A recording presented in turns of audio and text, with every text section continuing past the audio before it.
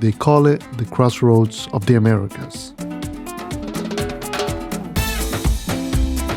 But from up here, it just looks like the edge of the world. Panama is a place of aggressive contradictions.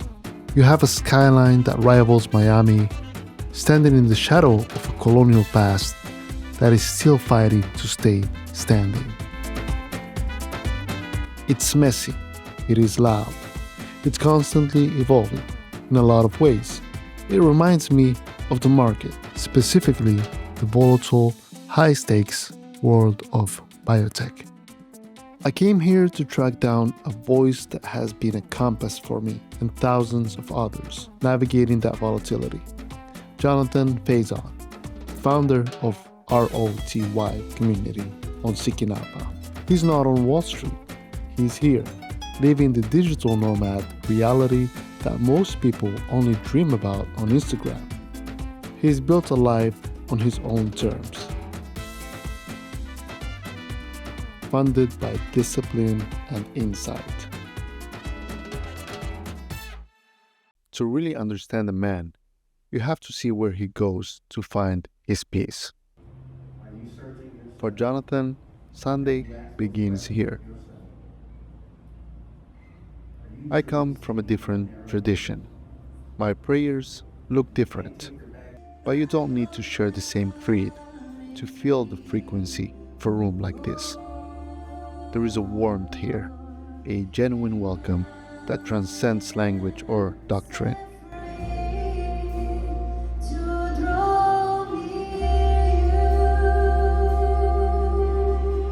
Church feeds the soul, but eventually you have to feed the body.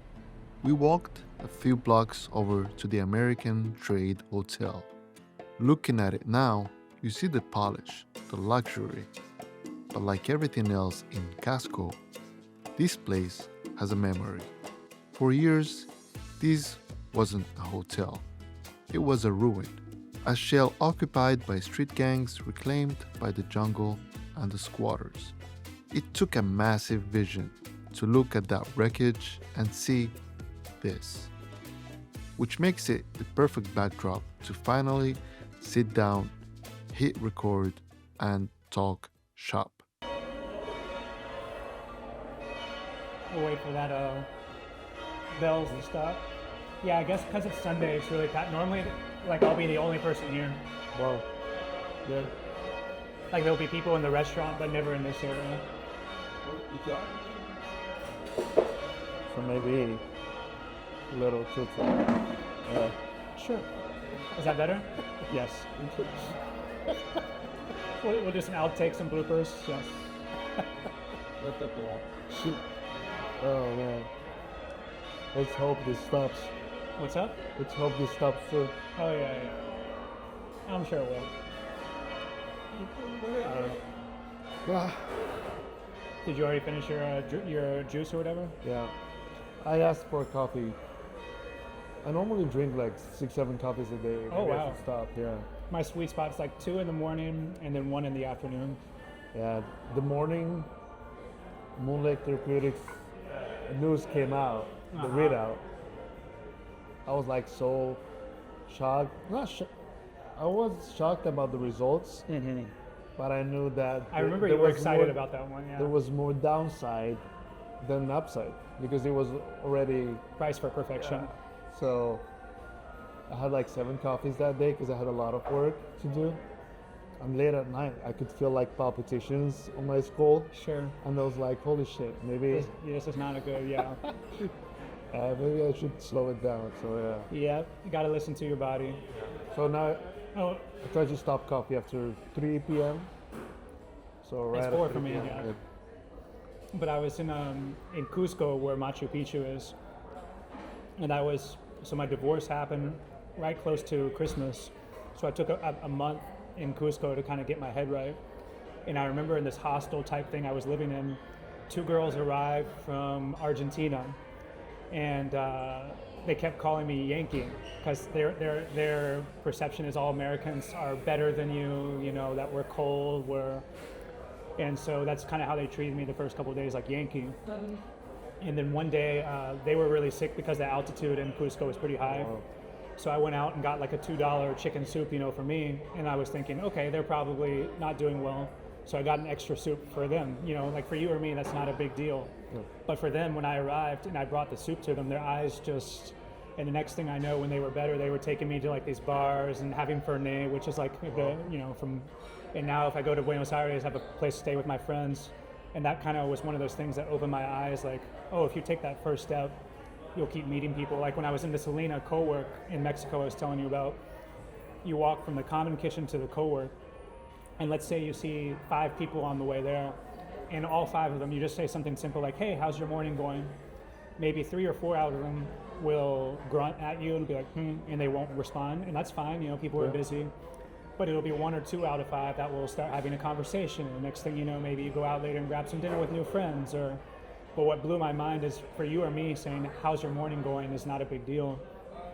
But this girl came up to me later and she's like, hey, I really appreciated that you asked how my day's going because everybody's so focused on work. And that just kind of like blew my mind because I was like, oh, if you take that little step, and I feel like that's what you saw here, like in Panama or anywhere else you go. Yeah. If you just like take that one step towards somebody, I'm a big believer of personal space, so I won't go into somebody's space. Yeah. My dad's like that. My dad is the kind of guy, if we go out for dinner or for lunch, I'll be like, Dad, please don't do it. And the waitress will come over and say like, what do you want to order? And my dad will respond, what was the most difficult storm you passed through in your life and what did you learn from it? That's what I did. You just throw it, and next thing you know, she'll sit down with him crying, they exchange numbers, whatever. But like for me, I'm the exact opposite. Like I'll put one small thing out there, and if people want to enter into a conversation, they invite you in, and if not. And this is something that a lot of people are talking about. Even Bill Ackman tweeted like recently, giving advice to men because it seems like men are not being able to find partners. May I meet you? So he's like, may I meet you? Exactly. I think that's really weird. But I think the problem in the U.S. is not that people are not open. People in the U.S. I find them some of the most welcoming and open. And if you just start a conversation, you're right there. The problem is how cities are built. You have to drive, park in front of a plaza, go into a business instead of just walking everywhere. So I bet that in New York City, if you live in New York City, you don't have a social problem. Mm-hmm. You're probably talking to multiple people a day. But if you live in Georgia or Florida or these different states where they don't have walkable cities, then the problem is larger. Yeah, walkability is everything. That's one thing I look for sure. There's a guy named Klaus who is from Brazil. I met while I was in Porto Viejo. And he's involved in everything like fashion. He's involved in all these like local dancing. He's trying to make it like one of the salsa bachata capitals. He's involved in so many business ventures there. And he told me, the place you live, how did he put it? The place you live determines who you'll be? Or? It's you draw creativity from the place you live. That's not his quote, but that's the best I can remember it. So when you're in the right place, it gives you so much energy, good vibes, good people, everybody's open, that it helps you be inspired with your work, like with your videos in the Biotech Investor, me with writing articles for ROTY, because you're in such a good place. There you go. Thank you. Gracias. Azúcar, por favor. Pues. And so that's, there's 2 types of places I go when I travel. There's ones where it's interesting, but when you're done, okay, that was nice, but I'm not coming back. Yeah. And then there's places like this where okay, I'm gonna, because you feel at home. Yeah. And they say, right, if you want to be lists. Cheers, mi amigo. Gracias.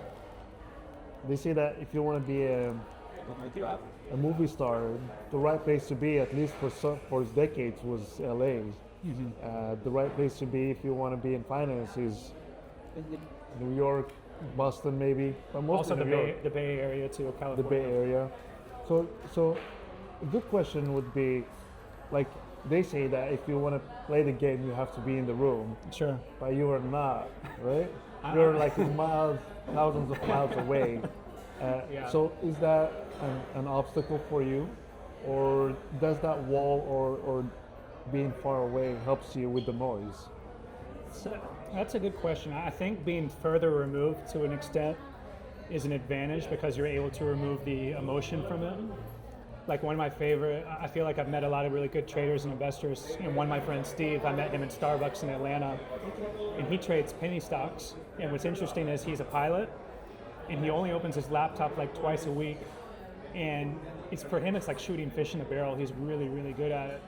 But it's just like when he loses money, zero emotion, just sells it, moves on. And when he makes money, great, but he doesn't even really celebrate it much.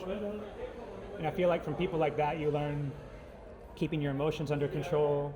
Like you said with the Moonlight news, Moon Lake, that you feel like you have to be on top of it, and then you realize you really don't. Like, you do need to be on top of it, but it's not like you have to be, like you said, ear in the room. Obviously, I'm sure it helps. Those fund managers have resources we could only dream of. Yep.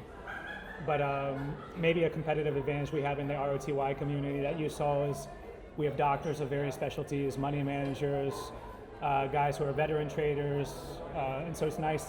Where Osmium, as you know, who he found Transmedics Team DX back when it was in the teens, and it's just like when you have these different people all sharing their intel together, that probably helps a lot too. So I feel like every time I travel to visit my parents, Spain or Morocco, it's 5-6 hours ahead, so the market opens at 1 p.m. Sure. So for me, every time I go there, I'm not looking at markets until like afternoon. Sure. And it really helped me get stuff done during the day and think through what's going to happen way before. So I can see how that could also be an advantage. For example, for Jose Hurtado, that is in Switzerland. He's been awake for hours way before the market opens, and he's there when pre-market hits, when the news come out, and he's prepared. So I think that's a really cool advantage to have as well. I think it's also, like you said, you have to know yourself and what's an advantage or a disadvantage. Like, we have friends who have that edge, that information advantage, and they act on it really fast. But for me, one of my principal weaknesses as a trader, like we talked about, is FOMO, and it's also over trading. So if I'm ever doing really badly, like in a rough patch, I'll dig a deeper hole because I'm trying to overtrade to make back all the money I lost. And so that's why you see in ROTY that I'm only allowed to trade 2 to 4 days per month.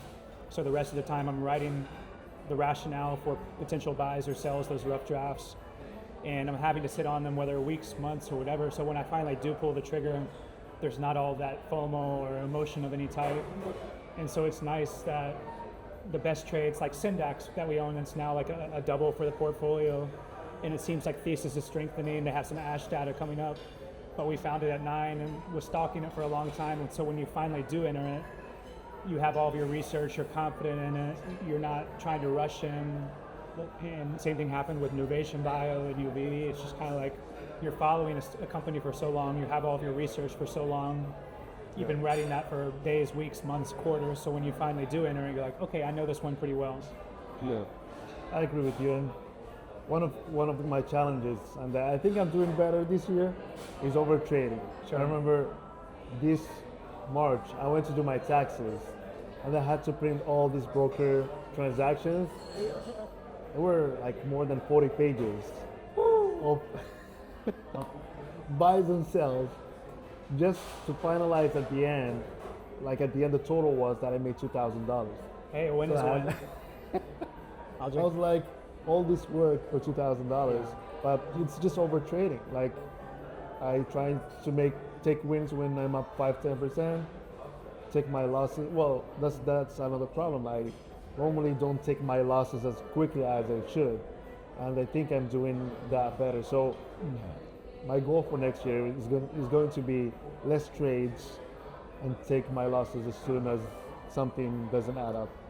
Well, first off, I'd say like kudos to you. If that's, most people when they pay tuition for trading, they're losing lots of money. And imagine this, that you spent all that time learning and you still made $2,000. If you change that chip in your head, give yourself credit and be like, during a tough time for biotech, I still made money and I learned a lot.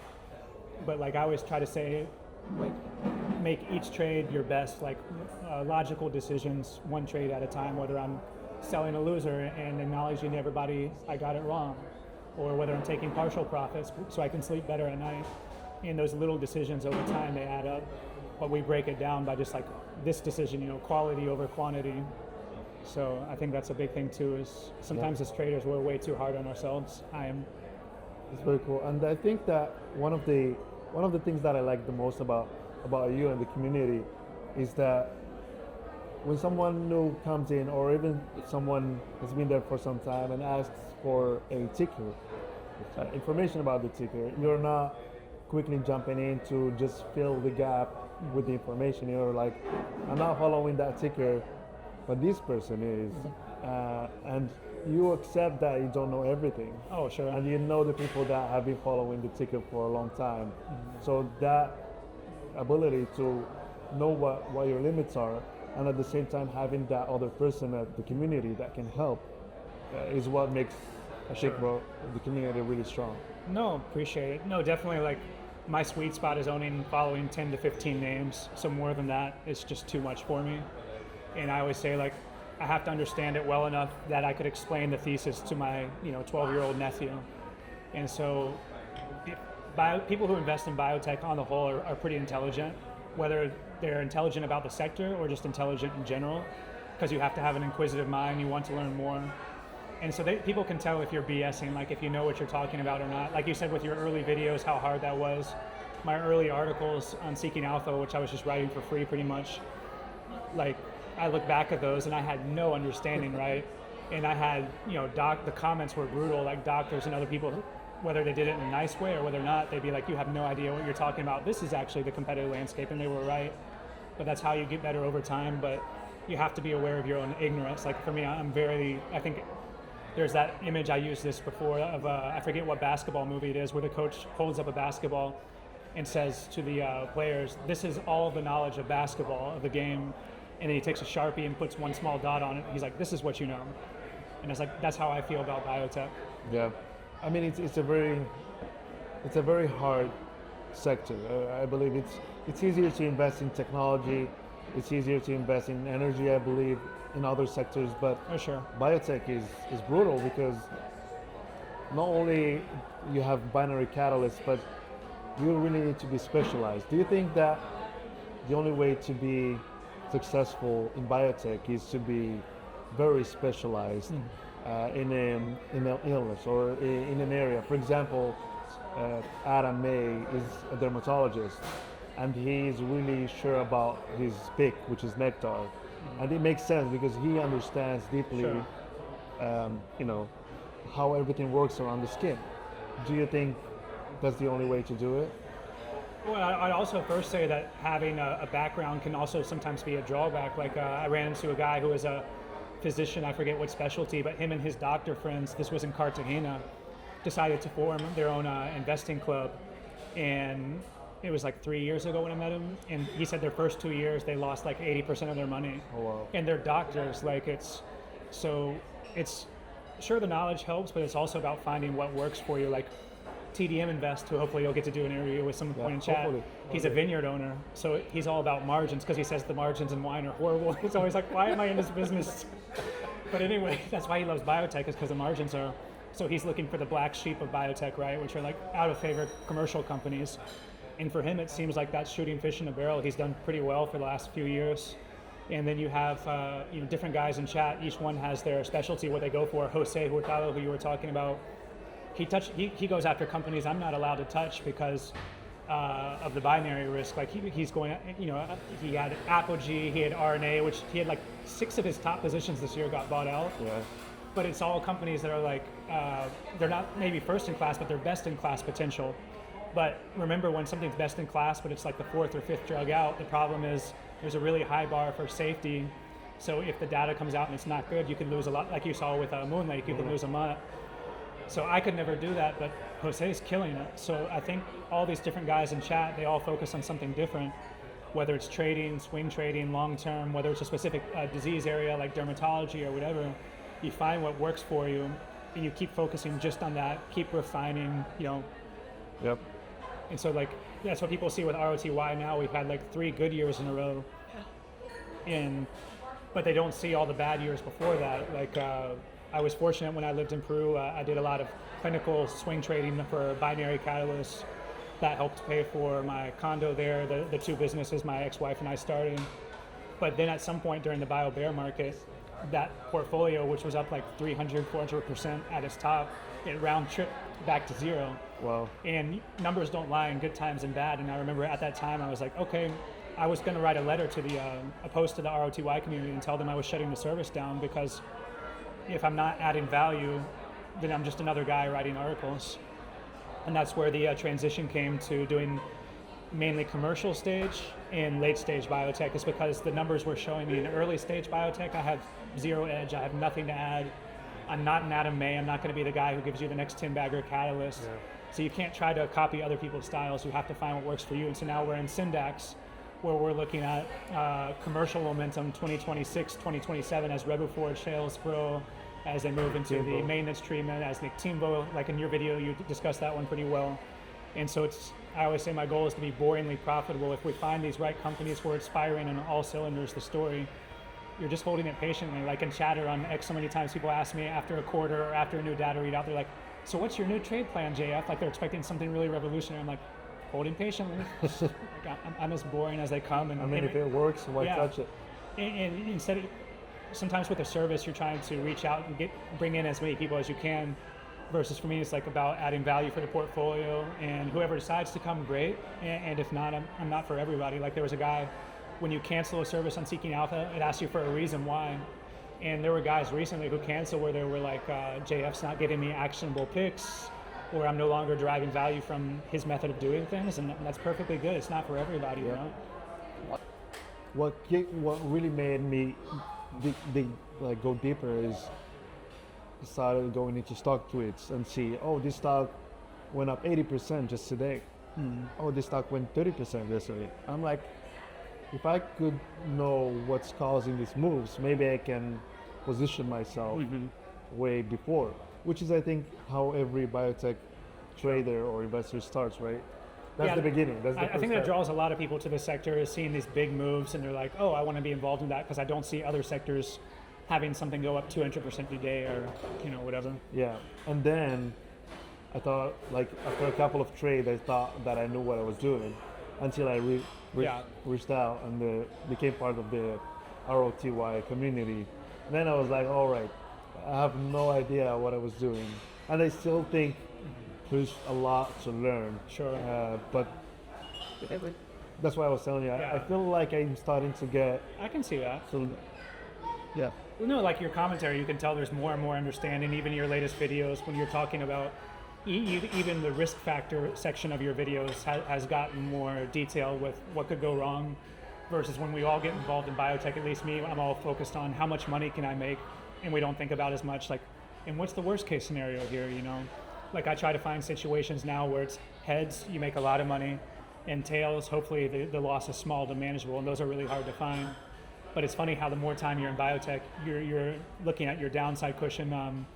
Like some of Adam May's big winners, like Abivax, we had guys in chat who had owned that before the readout. They made lots of money, but they were really careful to say, this is only 2% of my portfolio. So if it ends up going to the moon and being a 10-bagger, great. And if it goes to zero, I will, in the worst case, have lost 2% of my portfolio. So most fund managers think that way, where they say, how many basis points do I have allocated to each binary readout? And so many times the fund followers, people who are trying to follow funds, they'll be like, oh, Raw Capital or whoever owns 10% of this company, so I can put all my money in it. And you're like, you have to remind them, that's like 0.5 or 25% of Raw's portfolio. So if it does amazing, they make a lot of money, sure, but if it goes to zero, they lost 0.25% of their portfolio. I see a lot of people doing that. Even like the most followed people, like Citi, he opened a new X account just to follow. He called it, I think, 13F tracker. Yeah, the other pilot. So, yeah, I mean, these funds, like we have to remind people that these funds put a very small percentage of their portfolios into these stocks. So.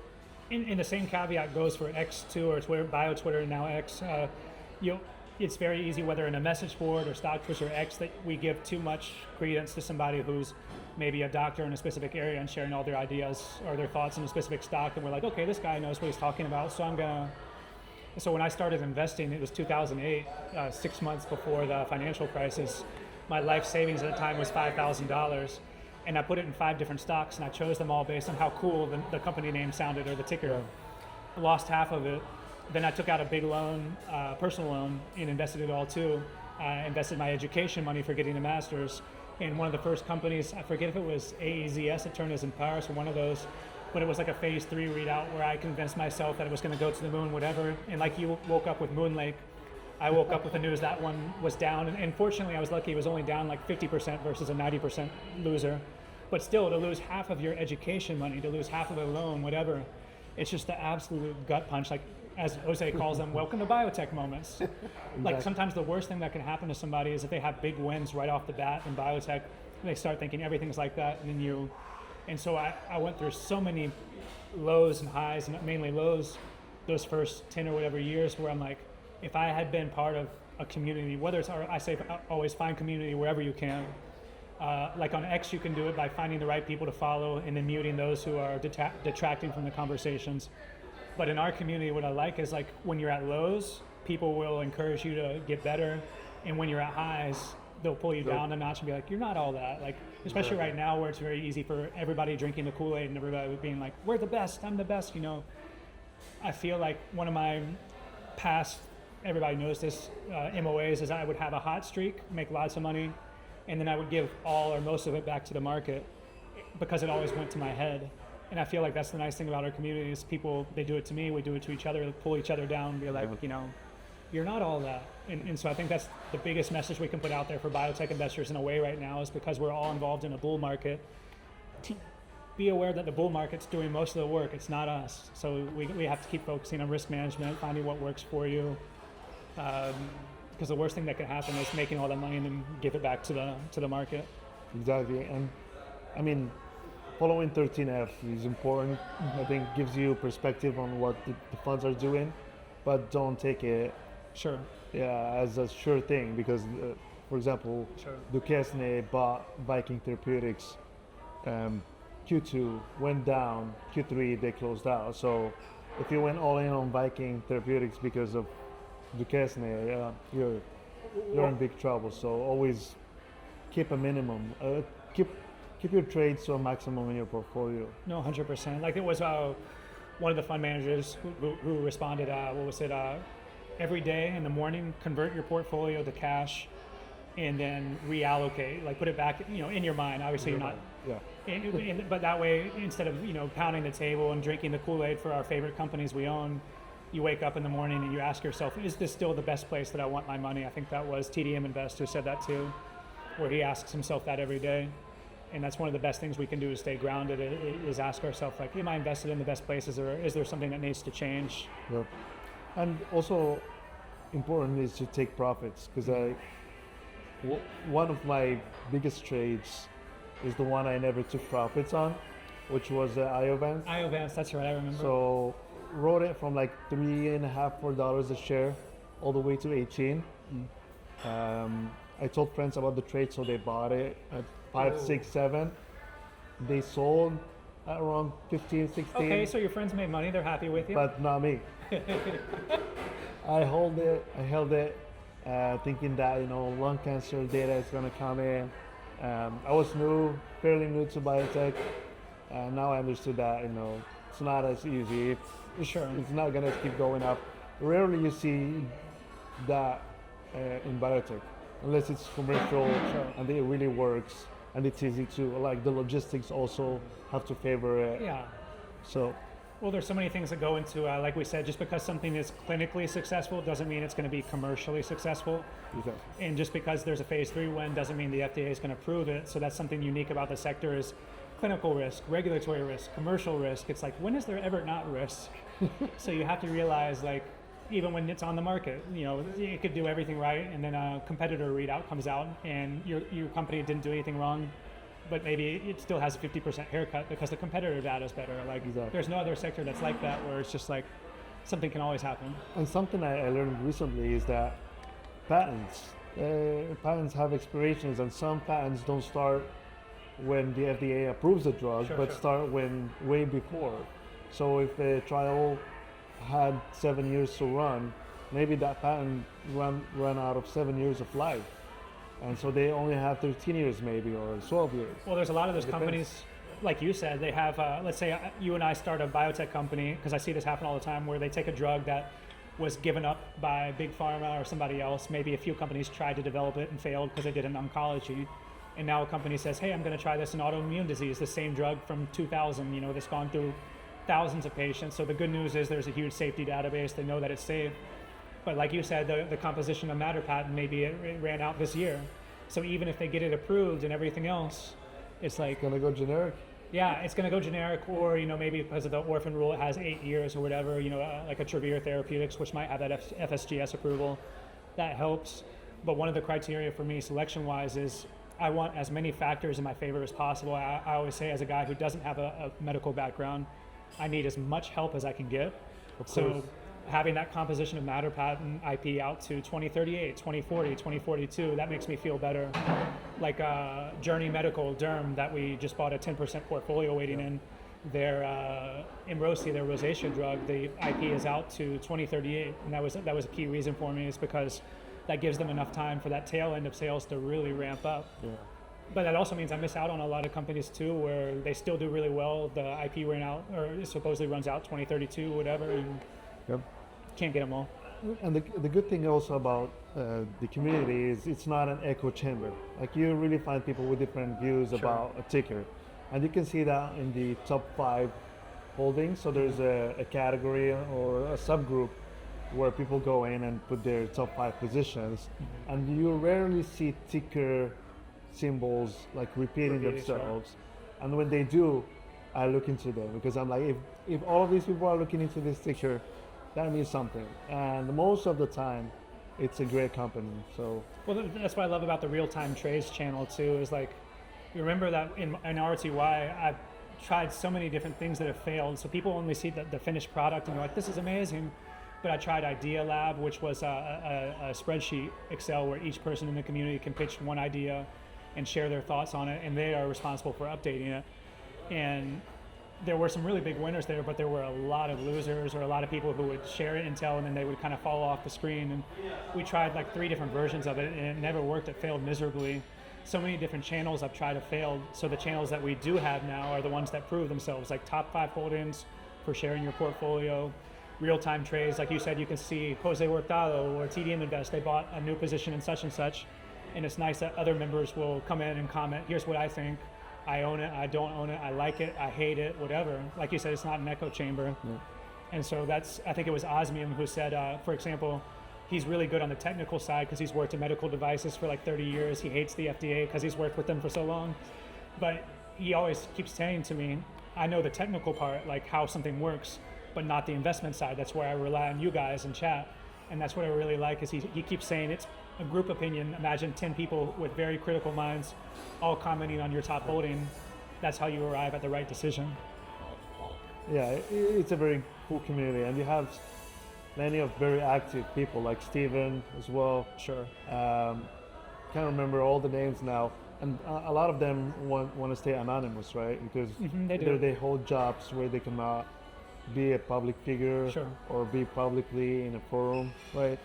Oh yeah, we definitely have quite a few guys who are now in publicly traded companies, or they're directors or whatever, that used to participate publicly, but now they'll message privately, but they don't participate in public chat. Or other guys, what they do is they just have a what do you call that, a pseudonym, an alias. Yeah. And so whatever works for them, whatever level of anonymity they want, they feel comfortable with. We're just lucky to And have that's them totally there. fine. Yeah. That's totally fine. Like I wanted to be a public face because of the commitment that Sure. it would make me have to myself. But being private is awesome. Like, if I could choose to stay private, I would choose that. Oh, 100%, and I hear you there. There's definitely, you have to have really thick skin to be public. I don't know what kind of criticisms you had that maybe got under your skin the most, or how difficult it was starting out. So not personal attack, but people would a lot of times question my ideas on the videos in the comment section. But that's totally fine. Like, I'm not saying what I say is the truth and the only real thing, and what I say is not fact. It's an opinion. and so other people will have different opinions, and I'm totally fine with it. Well- But when people attack you, I see a lot of it on X, because you can be anonymous on X. Sure.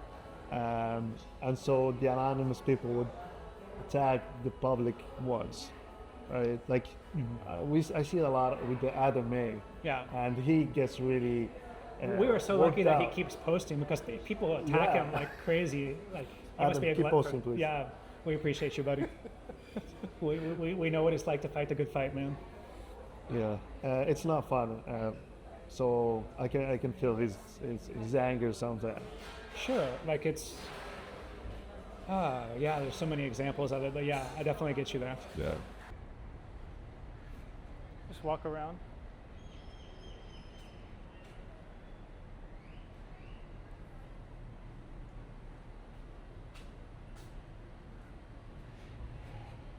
So down and to the right is where my the gym is I told you about. It's facial recognition. It's pretty cool. The gym with facial recognition. Yep, it's kind of like a locals only. Not a lot of people know about it. This is one of the nice parks. There's quite a few of them here. Beautiful day in Panama City. Very much. Beautiful park.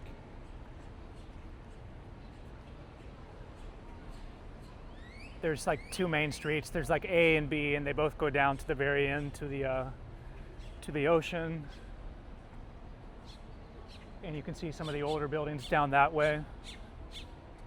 And if you go a few blocks down and to the left, that's where more of the red light districts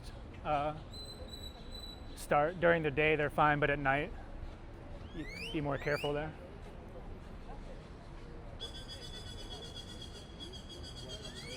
This sign over.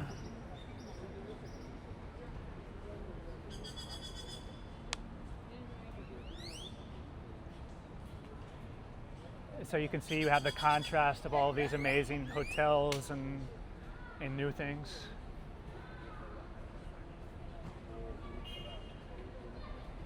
People enjoying some mango, well, coconut water, not mango. And here you can see where it says El País se está vendiendo al mejor postor. They're selling the land to whoever bids the most. So people are not happy about that. There's a lot of rallies against gentrification, that type of thing. Yep. Like you have a nice hotel and then you have this little football, soccer thing for the kids. And the sad part is probably at some point that gets bought up and becomes Another something. hotel? Yeah, it says se alquila for rent.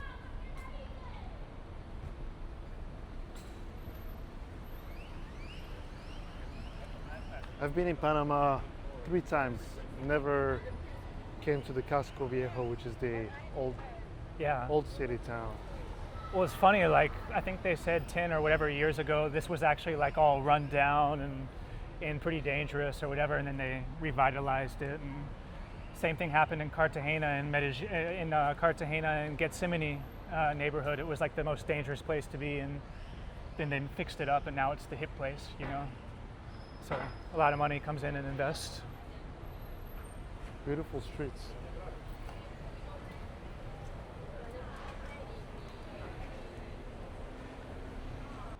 Great shot. So do you see your life being rebuilt from, I mean, ruins have a place, right? Sure. In history, and they're beautiful too. But also being able to rebuild very close to the ruins. Beautiful Yeah. hotels, beautiful buildings. I think we can all relate to being rebuilt from the ashes, you know, something happening. It can be a career, job, relationship, you name it. And so from the bear market to buyout after buyout, Yep. feels great. It's pretty surreal, I think, for a lot of biotech investors that we've gone through such a rough time, and then to see, everybody doing relatively well, and making sure. I think the most important thing is it doesn't go to our heads. It's very easy when you're riding high, like we said. Is this the sector or is this me? And so, enjoy it for sure, but don't take it for granted. Totally agree. Let's continue our walk. Yep. I never expected to So, what has been your biggest winner? Like that stock that really changed your life. Which one was it? Do you recall? I mean, back from the catalyst swing trading days in my 20s, I think we talked about this in a different interview. There was a stock called, let's show you this down here for a change, called Celldex, where they were developing a drug for brain cancer. And I remember investing most everything I had at the time because I wasn't really good with risk management at like $5, then put more into it as it went down to 2. And then from 2, it ran up to 38. And Wow. so that's when I was thinking I was a genius, especially when you're an English teacher making very little money a month, and then all of a sudden you have a very large quantity. And again, my plan was to hold it patiently and not sell it. And I remember my brother telling me, when you feel like a genius is when you need to sell. He had experienced a boom and a bust similarly in the internet bubble. And then watch out behind us. All right. And Sorry. my ex-wife at the time, even though she didn't know about the stock market, she was definitely a positive influence there as far as telling me I needed to sell as well. So I ended up selling in mid-20s. I was very lucky, 10 bagger from the lowest. And shortly after, the company's phase 3 results failed, and it went from 25 to under $1. Wow. So I would have lost everything if that had. So that was all luck completely.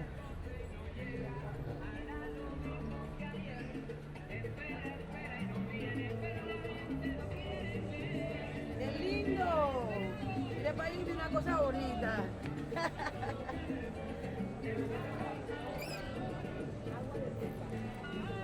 Manuel, córtame ahí. Some coconut juice for you. Coconut water. But yeah, the worst thing that can happen to you, I think, is winning for the wrong reasons. Like that was a nice win, but it was no skill involved. I would argue that the wins now, like Nuvation and Syndax that you did a video on, those are much more meaningful because we have everybody participating in those and doing it for the right reason. How about the biggest loser? Too many to count, but the good news is in ROTY we have a page of all the best winners and all the worst losers. And the worst losers are those like 90% gap downs. There's too many of those to count. I can tell you what was my biggest loser. Yours was Iovance, right? Well, not really. I lost on the upside. Like I never made money. Uh-huh. My biggest loser has been Moon Lake, which was this year. Moon Lake, okay. Yeah. Went pretty Percent-wise big or there. dollar-wise? Dollar-wise. How did your wife And react? How did your percent- wife react to that one? She was like, "I told you." I like it. But yeah, I mean, No, if it makes you feel better, Iovance, I remember I was definitely drinking some of the Kool-Aid on that, and I lost a lot.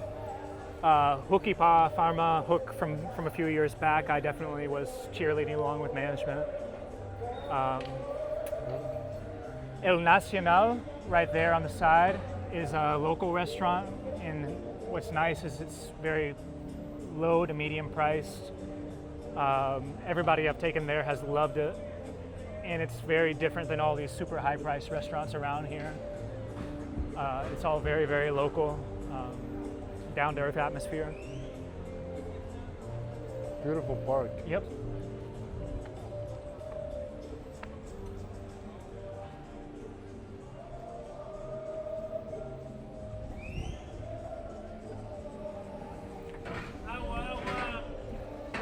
Should we head down that way?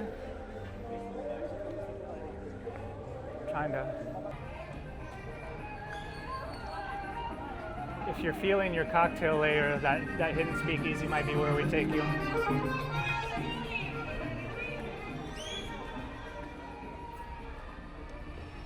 They have a Policía de Turismo, tourism police. Yep. Pretty cool. We'll cross over here.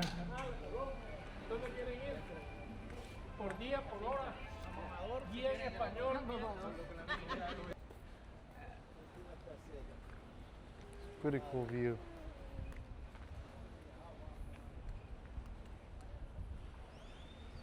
It's low tide right now. When it's high tide, the water comes all the way up here. It's pretty amazing to see how far Panama has come from like getting its independence in the early 1900s to this. 100%.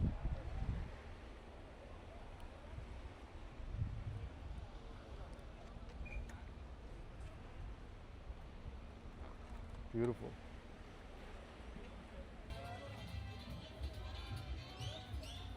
This is an area I normally walk at night, not during the day, at night. But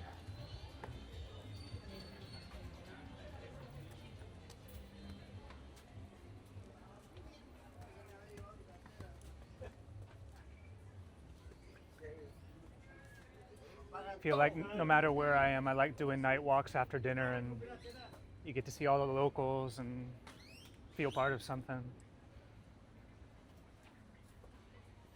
I have all the sellers' stands here.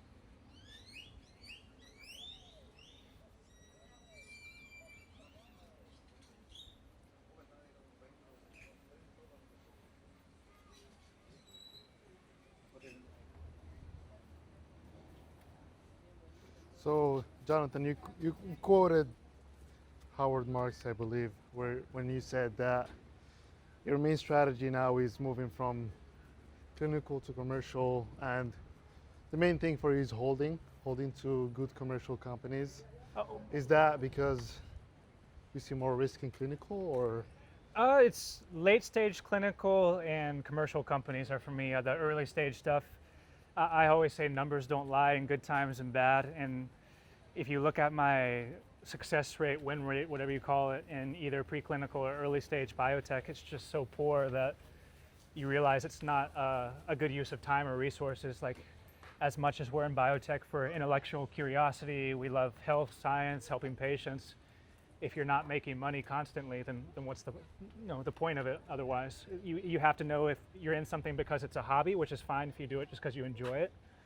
But if you're really in this treating it like a business, then you really have to focus on what works for you, know yourself best. Some people, they can find that sooner. I envy that. It took me a lot longer. But yeah, like Howard Marks said, it was more about holding things patiently. A lot of his stuff is about managing emotion, which resonates with me. You and I were talking about that Charlie Munger quote recently. What was that? I just wanted to become independent and overshot.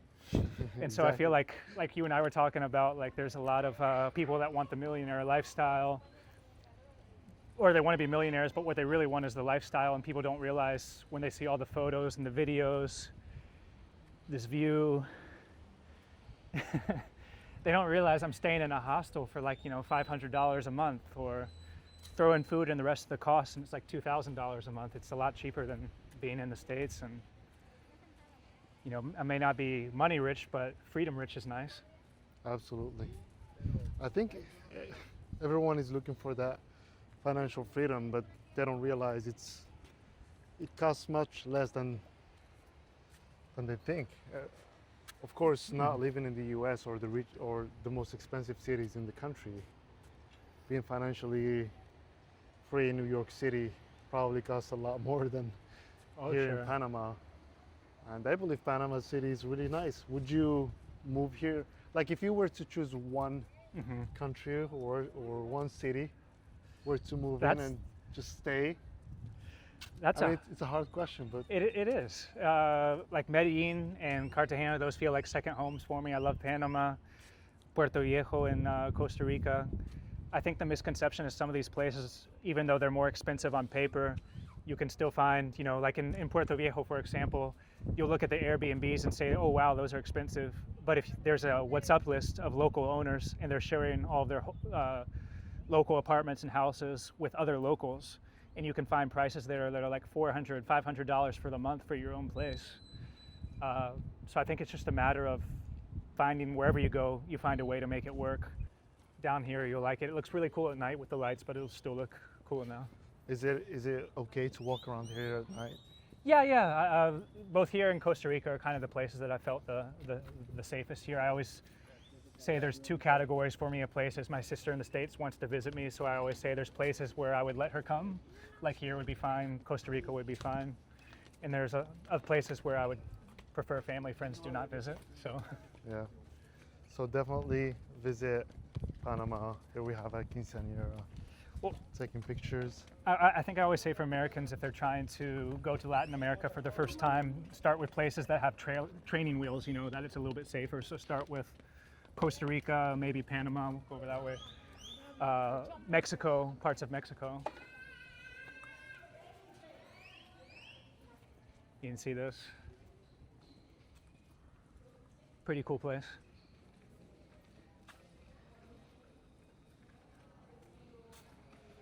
Looks like they're having some quinceañeras. Yep. Sometimes you'll see people taking their wedding photos here. At night, it's really cool how the lights come on. Would you ever consider going back to live in Georgia, suburban area, you know, going weekly to a Walmart, stopping at, you know, your bank drive-through, pharmacy drive-through, fast food drive-through, or are you good here? That stuff, you know, we take it for granted. It's nice. Every time I go back to the States, I love, you know, going out to my restaurants, my Chick-fil-A, you name it, and all that good stuff.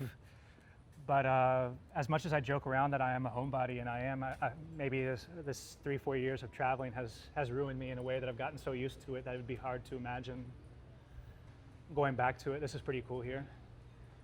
But I'll never say never, because anytime I say never is when something happens. So whether that's like you and I were talking about the next relationship, maybe I say I would never settle down, and then you end up settling down because you found somebody, or. It's pretty cool. Sombreros. I like Sombrero it. Street. They're selling some here. There's a store.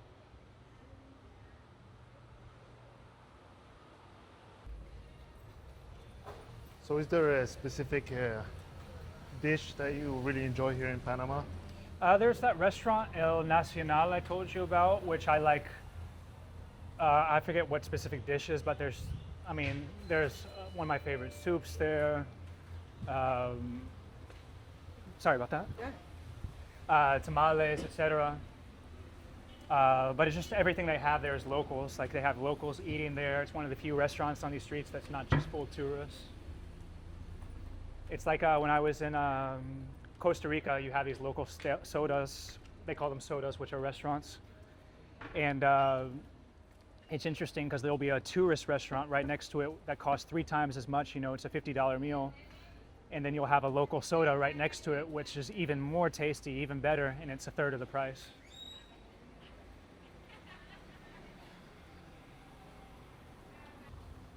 So is biotech investing for you more of a means to live this lifestyle, or do you have any other goals in life apart from enjoying the best food in the world, the good weather? Honestly, I think you and I were talking about that, like when I was a married man, had like a 50-year plan, and today it's just a day at a time. So life is pretty solid, and I don't know where it's going, what the next phase is. When I was in Peru, it was kind of about building the empire, like we said, having the house, the businesses, all that. I think you and I talked around enough, but I didn't say it on camera, about the Mama Liz organization and how they use profits from, we use from our group guys to give some of their profits to help these kids with cancer. And the Venezuelan healthcare system is pretty messed up right now. So cancers that should be 90% curable are 50% or less down there because of the lack of timely access to MRIs to get diagnosed, to chemo. There was that article from Adam Fierstein on Stat about how the chemo produced in India was failing quality control standards. And the interesting thing is Mama Liz was the first person to actually comment on that, because she was noticing a lot higher percentage of the kids were seeing their cancer relapse when it shouldn't be that way, and it was because the chemo they had from India was not working. And so that's why we had to raise more money, more people donating and helping out to get the high quality chemo imported from Colombia. Very So interesting. more of those cases we can get knocked out, the better. I think that's kind of the current focus. I couldn't tell you where it's going, but It's crazy how just a few countries have a monopoly on drug manufacture. definitely. So the current administration is trying to bring it back to the States, at least partially. Not sure how successful that's going to be. Well, it's also the problem with things like chemo, which are generic, is they're not a priority for the pharma companies because there's not money to be made there. Versus something like Keytruda or other immunotherapy or whatever it is that you can charge a high price tag on. It's 3 o'clock, so my room should be ready at the hostel too. I can show you the hostel if you want. Sure. Gracias.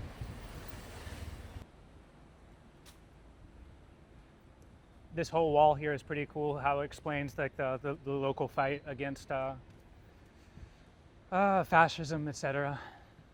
Revolution. Talks about some of their main people who got put to the firing squad. Porque lo fusilaron? Because he was a true Panamanian. Porque fue un panameño de verdad. Organized the people to fight. So it all tells a story. Hey, you're good, my friend. Todo bien.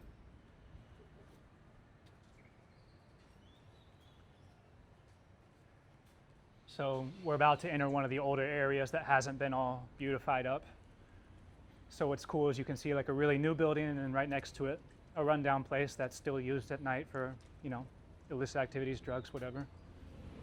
In the back, some of the canal and stuff. And something pretty cool, obviously we're not gonna work out, but if she already hooked me up, facial recognition should be good to go. Oh, nice. My gym away from home. It's pretty awesome. Yeah, I didn't tell her I would bring another person, so I'll probably just stay here by the... It's pretty nice. After a red day, this is where you come. Oh yeah, middle of the day, especially if I haven't made a trade post yet or I'm thinking about making a trade, you're not ready yet. Or maybe there's been some bad news for a stock and you don't know what you're gonna do. Take a break for gym therapy.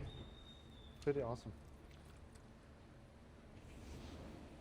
Yeah, it's really interesting to see like really old buildings, rundown buildings, and then suddenly a gym with the facial recognition. And a really nice restaurant here as well. So you walk down. This is the like, old area? Yeah, this is all the barrio. El barrio. Like, obviously at night, this is where you would want to be more careful.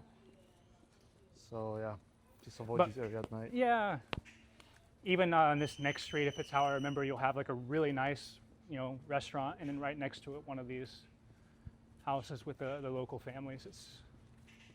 Or they'll have one of those, plastic swimming pools out in the middle of the road, and everybody's splashing around. And it's a pretty interesting setup. Okay. Making sure he's friendly, yes. Yeah.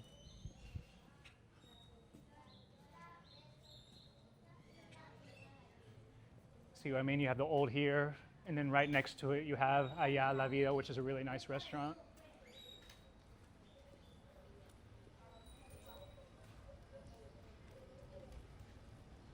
It's like you probably saw in Medellin, Cartagena, or in Cartagena and Gethsemane. You have like a local family watching TV right there. Yeah.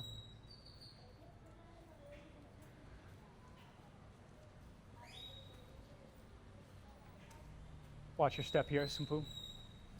Yeah, so really poor households, and then suddenly right next to it, right next to it, a really you have nice your $100 restaurant. meals. Yeah.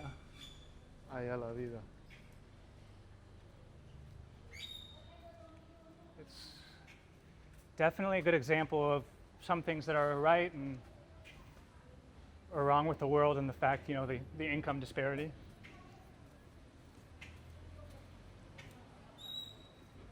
They call this zone caliente because it gets very hot at night.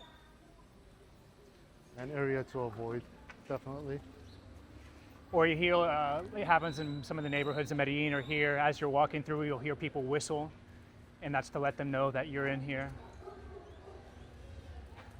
It's interesting, in a lot of the neighborhoods in Medellin, it's actually safer for us because they don't want things to happen to tourists, and so there'll be whistles that you're going through. Somebody steals from you, local justice takes care of it, not even the police. Meaning the people themselves. Yeah, they string up the person who stole and they beat them naked, or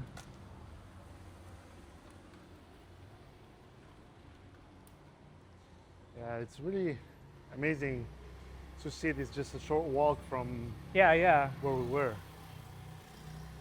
Over here, a couple more blocks, you'll see more where my Airbnb is, and inside, or was from last time. And it's crazy nice inside, but outside it's just. More of this. Over here is a well-known park. I'll get to show you too, and it's a really nice park. And it's just funny, again, you have the park, and then one block over you have the hot district where everything happens. Here you can see some more of the anti-gringo stuff, fuera gringo. Gringos leave. That's for you, John. Yep. Here representing.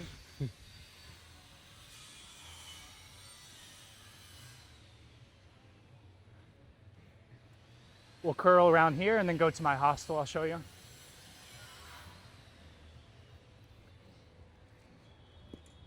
Even though it's daytime and I'm sure we're fine, just extra close eye on your stuff. Yep. On anybody who comes up on us. Especially the motorcycles are the ones you have to worry about most if you hear a motorcycle coming up on you.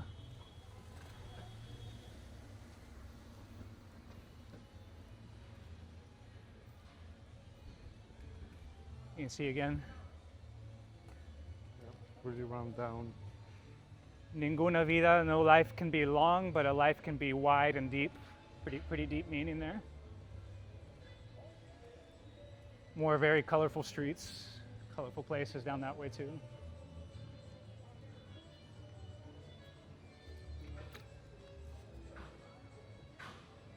Watch out behind you.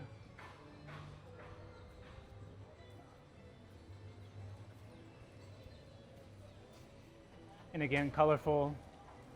This looks recent. These weren't here last time, these muros. I imagine this is going to be the next zone that they start, watch out, cleaning up some. That's how they do it. These richer people or businesses or whatever, they buy one block at a time, raise new restaurants. You won't have any more of these potholes here. Watch out. Oh yeah. Watch out there too. We're almost done with the rougher area. We're going to the right. And The good thing, Jonathan, is that if biotech doesn't work out for you, and being a teacher doesn't work out for you, you would be a great guide. yes, Plan B, I like it.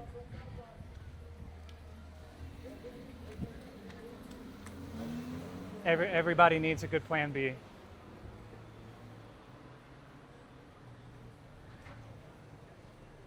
So this yellow building up on the left was my, buenas tardes, ¿cómo va? Was my Airbnb before. This yellow building. It looks like my friend Tocayo is not here, but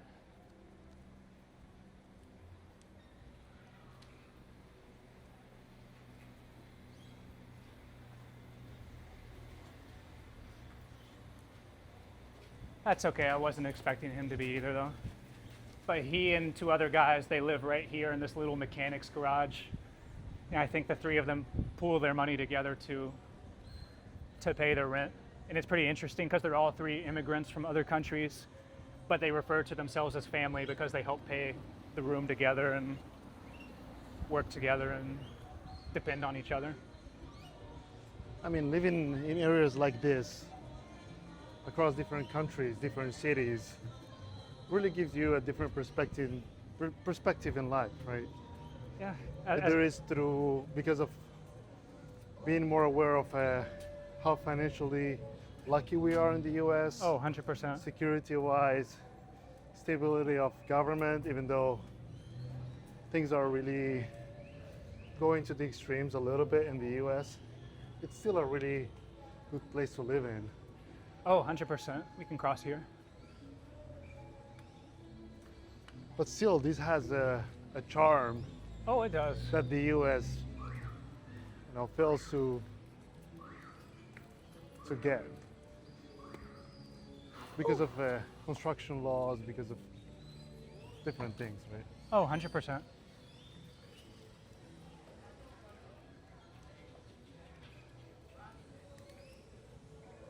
Looks like they're already doing some Navidad here. Do you think any of these people are aware that Abivax is going to be bought out? Oh, I forget where it was recently where I posted a picture, I forget it was a sunset or whatever, and you're like, everybody here, none of them think about the market, what the market is doing. So maybe that should help us when we have a big loser. You realize that nobody else cares. And same thing for the winners. You celebrate it, sure, but Absolutely. you realize there's a lot more to life than just the candlesticks, right? So we're a block away or two from, there's a party street here, lots of different clubs. Last night it was crazy. Like I said, places like this is where I have to give myself an Advil PM, knock myself out, because otherwise you have all this music here. This used to be a Selena hostel, which is that company, they went public, Israeli founded, caters to digital nomads, backpackers, and their stock price went up to $40. It was a SPAC, and then they went to zero because they took on too much debt, expanded rapidly, the quality went down. So now it is a Viajero hostel, which is a Latin American chain that is pretty well run. I think I told you last night I checked in and had some issues, but they took care of it. They were really, really nice. So we'll check in real fast just to see if the room is ready. ¿Cómo te va, bro? Bien, bro. A los tiempos. Bien. No te veía. Yo te vi, pero estabas trabajando. Sí, bueno. Me ahí trabajando. Mi amigo Wasim. Recuérdame gusto. su nombre otra. Carlos, me llamo Carlos. Carlos. Sí. John. Gusto, bro. Igualmente acá, me llamo Carlos. Gracias. ¿Cómo te llamas? Wasim. Guasín. Sí, Wasim. mucho Voy a gusto. estar 2 semanas, así que te estoy viendo por aquí, entonces. Estoy aquí. Cuídate, amigo, cuídense. Cuídate. Buenas tardes. Igual, bro. There you go. He stands in the street usually most days selling, I think it was like windshield wipers, perfumes, aromas for cars. Cool guy. So this is Viajero.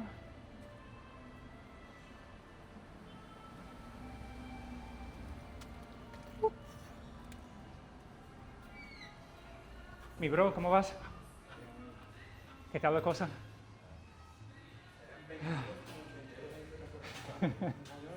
Mucho calor. ¿Cómo van?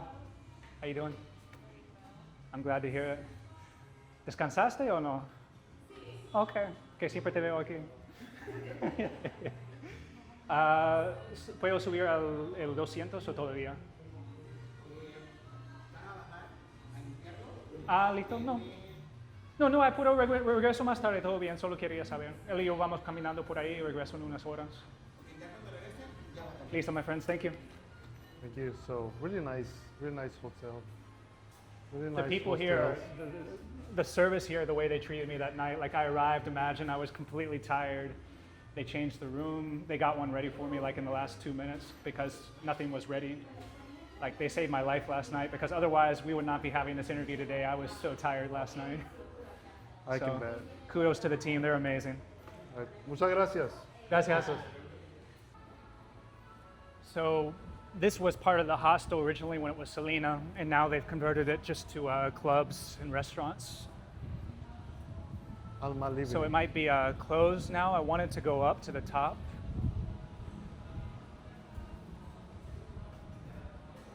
Seems like we can go in. ¿Cómo va, my friends? How you doing? Good.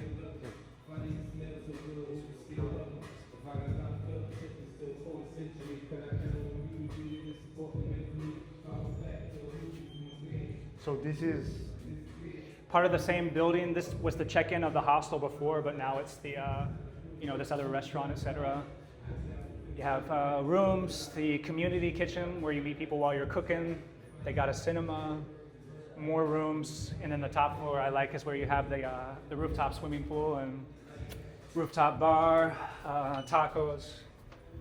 It's a good place to come at night. One of my favorites.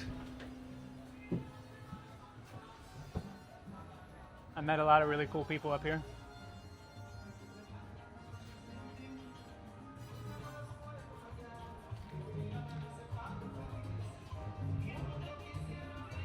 How you doing? What? the swimming pool up there.